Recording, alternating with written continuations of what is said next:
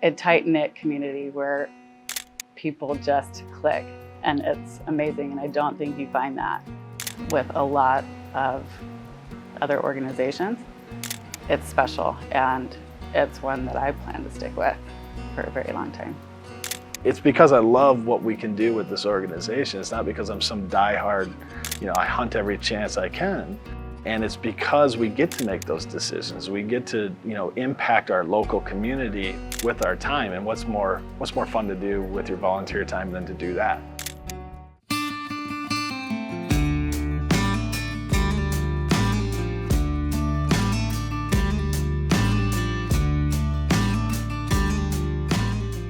My name is Stephanie Walton-Filipchuk, and I am the president of the New Mexico chapter, Enchanted Quail Forever chapter. Tyler Even from the Rochester, Minnesota area. I'm part of the Tri-County chapter number 4 for Pheasants Forever.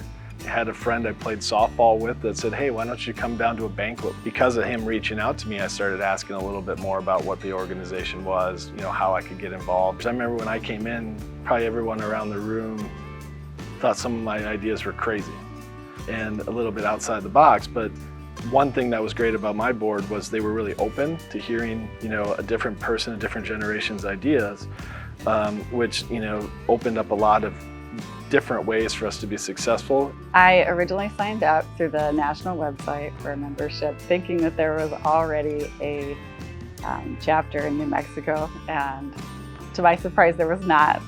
And I was approached by the Southwest rep to get a chapter started. I thought it was really important that New Mexico quail and New Mexico in general have some attention brought to them. I wanted to bring people together that enjoy quail hunting, that enjoy bird dogs, and have an appreciation for the New Mexico landscape.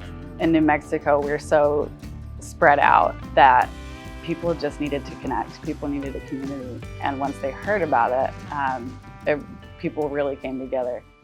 This is a volunteer organization where the volunteers do actually make the decisions on what we're going to be doing. We are responsible for making the money, deciding how we spend that money, making as large of an impact with that as we can, which opens up a ton of different roles and a ton of different specialties. And the things that Pheasants Forever does, the local chapters do, are why we have grasslands. I think for me, the most important thing, what people will find, and I find it rare, is that you will find authentic folks. You're gonna find people that genuinely care, that genuinely want to help the landscape, help a new hunter, help out the wildlife within the state.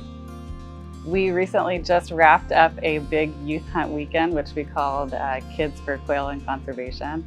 So we actually even had a set of grandparents that drove all the way from Alaska for the event to see their grandkids participate in the event.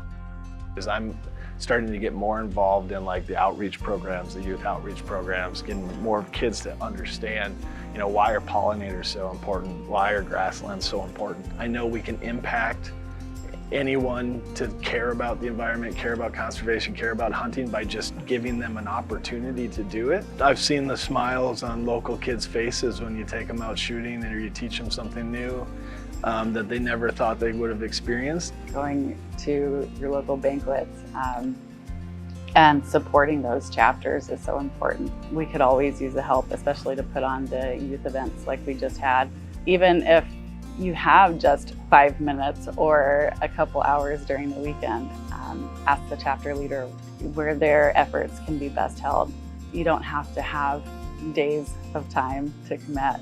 So I think it's important to be open to letting the volunteers grow within the org. Then you want to find out what excites people. Come to a meeting and see how much fun we have and see what we're doing. And I think that's a great way to measure if that's where you want to be. And I can almost guarantee you it's where you're going to want to be.